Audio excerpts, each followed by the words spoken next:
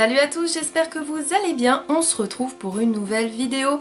Il s'agit de la sélection des livres à lire pour le mois de juin pour mon club de lecture, le Sugar Books Club. Comme d'habitude, je vais vous présenter 4 romans avec un thème et il vous faudra voter celui que vous voulez qu'on lise, sachant que comme à chaque fois, vous pouvez sélectionner plusieurs livres, il n'y a aucun souci. Cette fois-ci, j'ai choisi un thème en rapport avec nos ressentis, il s'agit des émotions.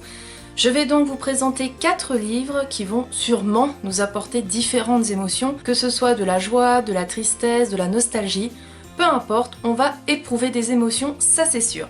Je commence tout de suite par vous présenter les livres que j'ai en e-book et ensuite je vous parlerai des 2 livres que j'ai en papier. C'est parti! Le premier livre que je vous présente, il s'agit de Ma raison de vivre de Rebecca Donovan, publié aux éditions Pocket Jeunesse. Et si je ne veux pas être amie avec toi, alors nous ne serons pas amis. Et si j'ai envie d'être plus qu'un ami, alors nous ne serons rien du tout. Emma a tout fait pour empêcher Evan d'entrer dans sa vie, non pas parce qu'il la laisse indifférente, bien au contraire, mais parce que personne ne doit savoir. Savoir qui elle est vraiment, quelle est son histoire et surtout ce qui l'attend tous les soirs quand elle rentre chez elle. Le deuxième livre que je vous présente, il s'agit de Tous nos jours parfaits de Jennifer Niven et je vous lis tout de suite son résumé. Quand Violette et Finch se rencontrent, ils sont au bord du vide, en haut du clocher du lycée, décidés à en finir avec la vie. Finch est la bête curieuse de l'école. Il oscille entre les périodes d'accablement, dominées par des idées morbides, et les phases d'éveil où il déborde d'énergie. De son côté, Violette avait tout pour elle. Mais 9 mois plus tôt, sa sœur adorée est morte dans un accident de voiture. La survivante a perdu pied, s'est isolée et s'est laissée submerger par la culpabilité. Pour Violette et Finch, c'est le début d'une histoire d'amour bouleversante. L'histoire d'une fille qui réapprend à vivre avec un garçon qui veut mourir. Le premier que je vous présente en papier, il s'agit de Toutes ces choses qu'on ne s'est pas dites de Marc Lévy. C'est une histoire qui m'a l'air très touchante également et je vous lis tout de suite son résumé. Un père, sa fille, tout les sépare, tout les rapproche.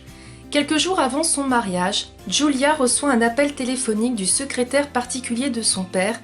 Comme elle l'avait pressenti, Anthony Walsh, homme d'affaires brillant, mais père distant, ne pourra pas assister à la cérémonie.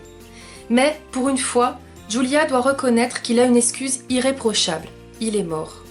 Le lendemain de l'enterrement, Julia découvre que son père lui réserve une autre surprise. Le voyage le plus extraordinaire de sa vie. Et peut-être l'occasion de se dire enfin toutes les choses qui ne se sont pas dites. Et enfin, dernier livre que je vous présente qui est moins triste que les autres pour le coup, il s'agit de Nos âmes jumelles, écrit par Samantha Bailly, publié aux éditions Rajo. Pourquoi j'ai pris ce roman-là pour le thème émotion? Parce que là, on va parler d'amitié, de joie, de rire, de fou rire, et ça change un petit peu de l'ambiance un petit peu triste avec les autres livres. Et je vous lis tout de suite son résumé. Sonia et la plume, Lou le crayon. Ensemble, elles inventent, osent, racontent, décrivent. Y seraient-elles parvenues l'une sans l'autre? De virtuelles sur un forum, leur duo peut-il leur faire vivre une amitié réelle? Et j'adore ce résumé. Je ne l'avais pas lu, je vous avoue, je n'avais pas lu le résumé avant et là je le découvre en même temps que vous et j'adore parce qu'il ne dit rien. Il dit juste ce qu'il faut et c'est parfait.